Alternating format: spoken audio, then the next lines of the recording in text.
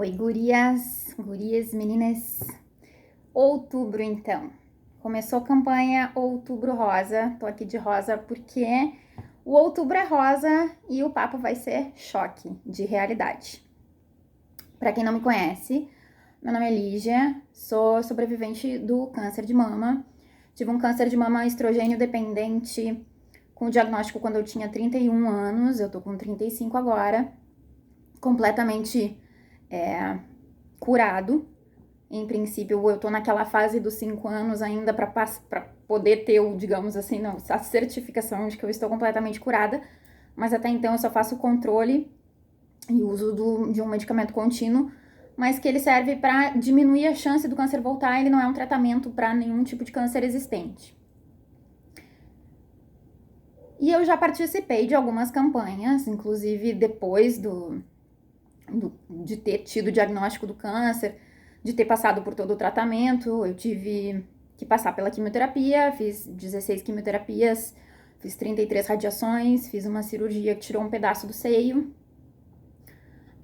que fez, não chegou a fazer o esvaziamento completo, mas que fez um pouco do esvaziamento de linfonodo, né, dessa região. O câncer que eu tinha era nessa região aqui. E eu achei, assim, desses últimos anos, eu andei meditando muito, pensando muito sobre como são feitas as campanhas. Sempre quando chega nessa época, porque eu já tenho participado, porque eu tento passar a informação, muitas pessoas me perguntam o que eu vou fazer, se eu vou fazer alguma coisa. E esse ano eu resolvi pensar não apenas na prevenção de um câncer de mama, mas sim em como essa proposta prevenção é feita. Porque eu, sinceramente, parando para pensar, eu não gosto muito de como as campanhas são feitas. Porque as campanhas, elas trabalham numa questão social que eu acho que facilita nós termos um câncer, que é a culpabilidade, né? Todo mundo sabe que a questão emocional está diretamente vinculada com o fato de nós desenvolvermos doenças psicossomáticas. Todo mundo sabe que o câncer é uma doença psicossomática. Eu, Lígia, das minhas crenças pessoais, eu acredito que eu consiga ter entendido mais ou menos por que o meu corpo decidiu que algumas células morressem. Então eu consigo, de certa forma, de uma forma, falando assim das minhas crenças pessoais, eu consigo entender o que aconteceu comigo naquele momento. Ninguém quer ter um câncer. Ninguém quer ficar doente. Não é para chamar atenção que as pessoas ficam doentes. Quando eu vejo as campanhas de câncer de mama, eu fiz uma campanha que eu gostei muito com uma amigona minha que é tatuadora, Dani, que eu amo muito, que eu vou lançar esse vídeo no Papo Calcinha, provavelmente vocês já devem conhecer. E eu falei pra Dani que eu queria mostrar o seio nessa campanha, foi uma decisão minha. E foi tão engraçado o feedback que eu tive, porque assim, uma campanha de prevenção ao câncer de mama. Onde é o câncer? É na mama. E a gente ainda enfrenta um tabu muito grande, porque a mama, ela tem conotações que tudo bem fazem um pouco de sentido, mas que não são o único sentido da existência delas. Então a gente tem uma campanha no Outubro Rosa que é para achar um caroço no seio.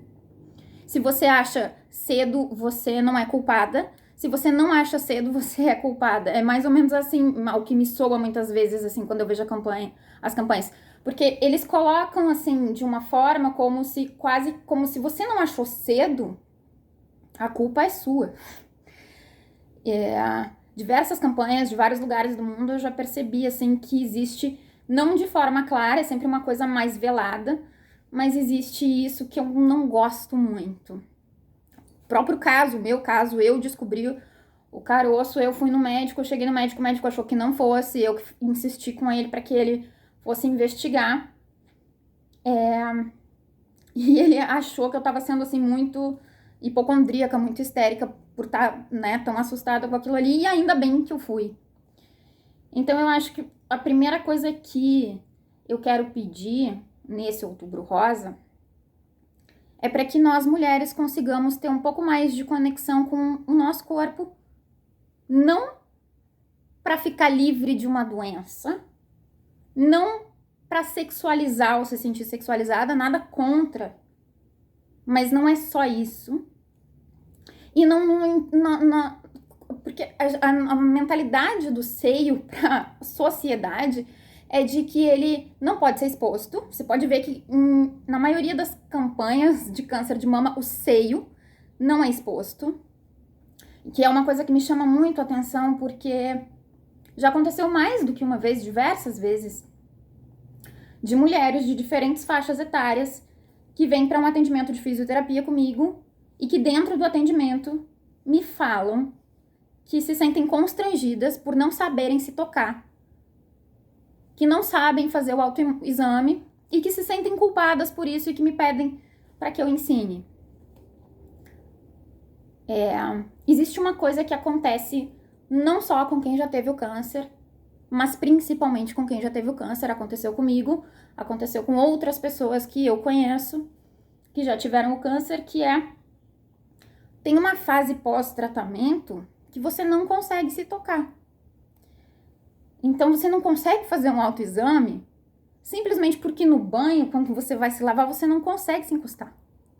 Porque você tem medo de aparecer alguma coisa e você viver todo aquele trauma de novo. Isso não acontece só com mulheres que já passaram pelo câncer. Isso já aconteceu comigo, mas isso acontece também com mulheres que nunca tiveram câncer e que não se sentem à vontade de fazer o exame. O que eu sempre falo para elas é o seguinte, que foi o que eu conversei com a minha psicóloga nessa época, que eu fazia terapia. Eu falei o seguinte: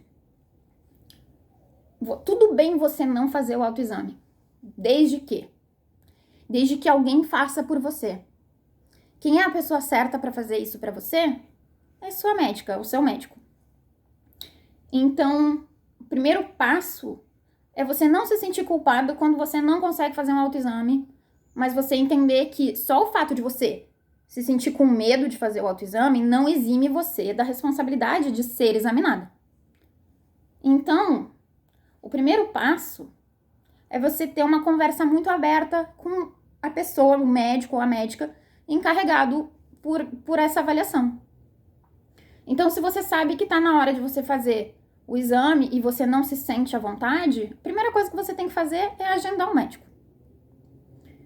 No Brasil é fácil, você consegue agendar diretamente com o ginecologista, mesmo no SUS não demora tanto, se você consegue ir no posto de saúde perto da sua casa, na maioria das vezes, os médicos do posto de saúde já fazem a examinação.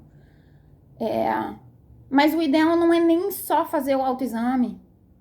O ideal é que você consiga ter acesso a uma ecografia. Passados os 30 anos, principalmente, você tem que fazer uma ecografia e uma mamografia pelo menos uma vez por ano. E o que eu percebo é que muitas pessoas que têm instrução, que sabem da importância do tema, por medo de falar abertamente, que não se sentem à vontade de fazer, acabam por não fazer o exame e por não ir no médico.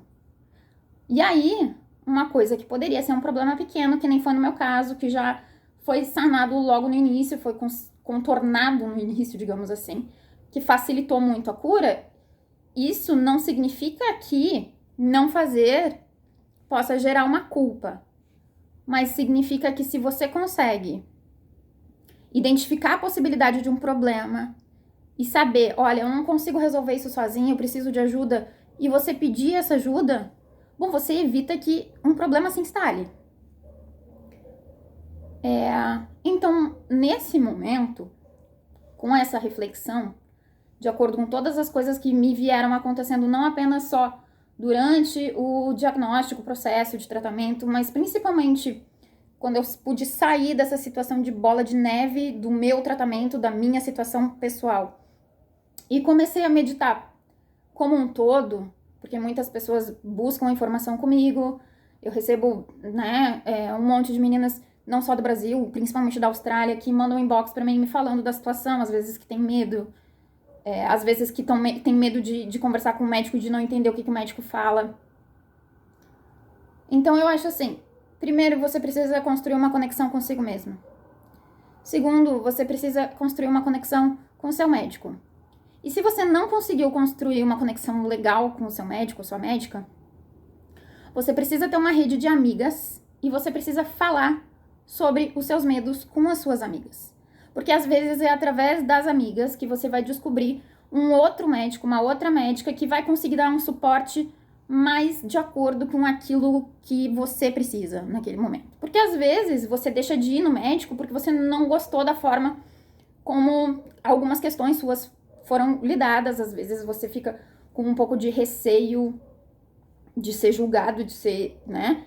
Às vezes simplesmente não bateu conexão ali. E isso não significa que você possa não ir no médico. Isso significa que você às vezes tem que trocar da pessoa que tá te dando assistência por uma outra pessoa que talvez consiga conversar com uma conexão maior com você. E eu tô fazendo esse vídeo porque não são apenas pessoas que do meu convívio, não são apenas pessoas de baixa renda, com pouca instrução, que não fazem o autoexame e que não buscam assistência uma vez por ano. Com o médico, pelo menos. Isso assusta bastante. Porque quanto mais tabu se tem, menos se fala, menos se resolve. E eu achei tão engraçado que quando eu fiz essa campanha, eu fiz quando eu tinha, acho que tava pra fazer 32, eu recém tinha terminado o tratamento, tava com o cabelo curtinho ainda. Eu recebi todos os tipos de feedback. Na maioria foram muito bons. Dos feedbacks femininos, todos eles positivos. Alguns feedbacks masculinos negativos, o que me intrigou um pouco, porque por mais que possa existir uma quantidade mínima de homens que possam vir a desenvolver o câncer de mama, todo mundo sabe que a maioria, o foco principal são as mulheres. É uma doença traiçoeira. E mais traiçoeira do que a doença é o tabu que se tem de como uma mulher possa vir a se portar e se tratar com o seu próprio corpo. Porque a impressão que eu tenho é que socialmente o nosso seio ele serve para achar um caroço ou não achar um caroço. Então ele serve na procura, na busca, né, para saber se tem uma doença ou não. Ele serve para ser sexualizado e ter um tabu em cima disso. Não é à toa que teve uma campanha bárbara que teve sobre câncer de mama na Argentina, em que colocam o corpo de uma mulher para ensinar a fazer o autoexame. Colocam o corpo de um homem, a mulher tá atrás do homem e mostram o corpo, uma mama masculina, e ela ensinando a fazer o autoexame na mama masculina, porque a sociedade não tá pronta para ver uma mama feminina sem gerar uma intriga, sem gerar um tabu, sem gerar uma dissociação do significado daquele pedaço de corpo feminino. E a gente tem aquela coisa de entender o funcionamento da mama como ele sendo um vetor de nutrição, que é, mas que não é só isso. E ele também tem um encargo muito grande da nossa autoimagem, porque se eu tenho um peito que não é de acordo com o que a sociedade enxerga, o meu corpo tá errado, porque o meu peito tá caído, porque o meu peito é grande, porque o meu peito é pequeno. Então isso gera na gente um peso emocional que não tem o menor sentido. E que eu comecei a entender a proporção dele à medida que os anos foram passando, os outubros rosa foram vindo, e eu comecei a identificar realmente o quanto que nós, mulheres, somos privadas de podermos ter uma conexão bacana com o nosso corpo, sem que a gente interprete de forma errada vaidade e autoestima, que são duas coisas diferentes, sem que a gente não tenha um vetor de culpa naquilo ali, sem que exista um tabu. Como que nós mulheres ainda somos muito presas, assim, ao que se espera, né? Como ainda existem expectativas tão grandes ao nosso respeito e como isso é cruel com a gente. Então, a minha participação nesse Outubro Rosa, podendo ter uma conversa de coração aberto, baseada nas minhas experiências de ser uma mulher com 35 anos, que teve o diagnóstico de câncer de mama com 31, que teve o tratamento completo com quimioterapia, com radioterapia, com cirurgia, é que é claro que não dá para romantizar, não existe a romantização de dizer que eu não sofri com isso. Mas isso é um problema que é tratável. O meu caso, ele era um tipo de câncer que eu tinha 15% de chance de estar viva e estou aqui 100%. Então, diminuir esse estigma do peso dessa palavra, diminuir o estigma do peso do Outubro Rosa, porque a sensação que eu tenho é que o Outubro Rosa ele chega a ser, assim, de certa forma, até cinza. Muitas vezes chega nessa época as mulheres que eu conheço, mesmo as que nunca tiveram nenhum nódulo, nada, elas acabam se preocupando muito mais que esse Outubro Rosa, então, ele seja mais rosa do que cinza. Que ele seja uma porta para a gente conseguir conversar mais, se abrir mais, perguntar mais, pedir mais ajuda para outras mulheres. Que a gente possa usufruir dessa coisa bacana, dessa coisa bonita que a gente tem, que é a comunicação feminina. Que esse Outubro Rosa, ele não seja só feminino, mas que ele seja também mais humano, né? Em todos os sentidos dessa palavra. Que a gente consiga enxergar a outra com mais humanidade. Não só outras mulheres, mas os homens também. Que as campanhas de mama, de prevenção ao câncer de mama, consigam ser interpretadas como uma forma bonita de uma mulher querer cuidar da outra e de uma sociedade querer cuidar das nossas mulheres, em vez de ser mais um prato cheio para tabu, porque já estamos passados do tempo disso, né? Então, fica aqui minha singela e rosa contribuição no choque de realidade da minha realidade, de que a partir desse outubro nós possamos trocar mais figurinhas, conversar mais, pedir mais ajuda, ir mais vezes no médico. Se não gostar do médico, conversar com as amigas, pedir indicação de outros médicos, conseguir se sentir à vontade de pedir ajuda e de ser cuidada. Eu acho que isso talvez cure muito mais do que o autoexame. Não significa que eu seja contra de forma alguma. Hoje, se eu tô viva e se eu tô bem, foi porque eu consegui fazer o autoexame, consegui identificar o nódulo, consegui ir no médico em tempo e consegui, né, tratar.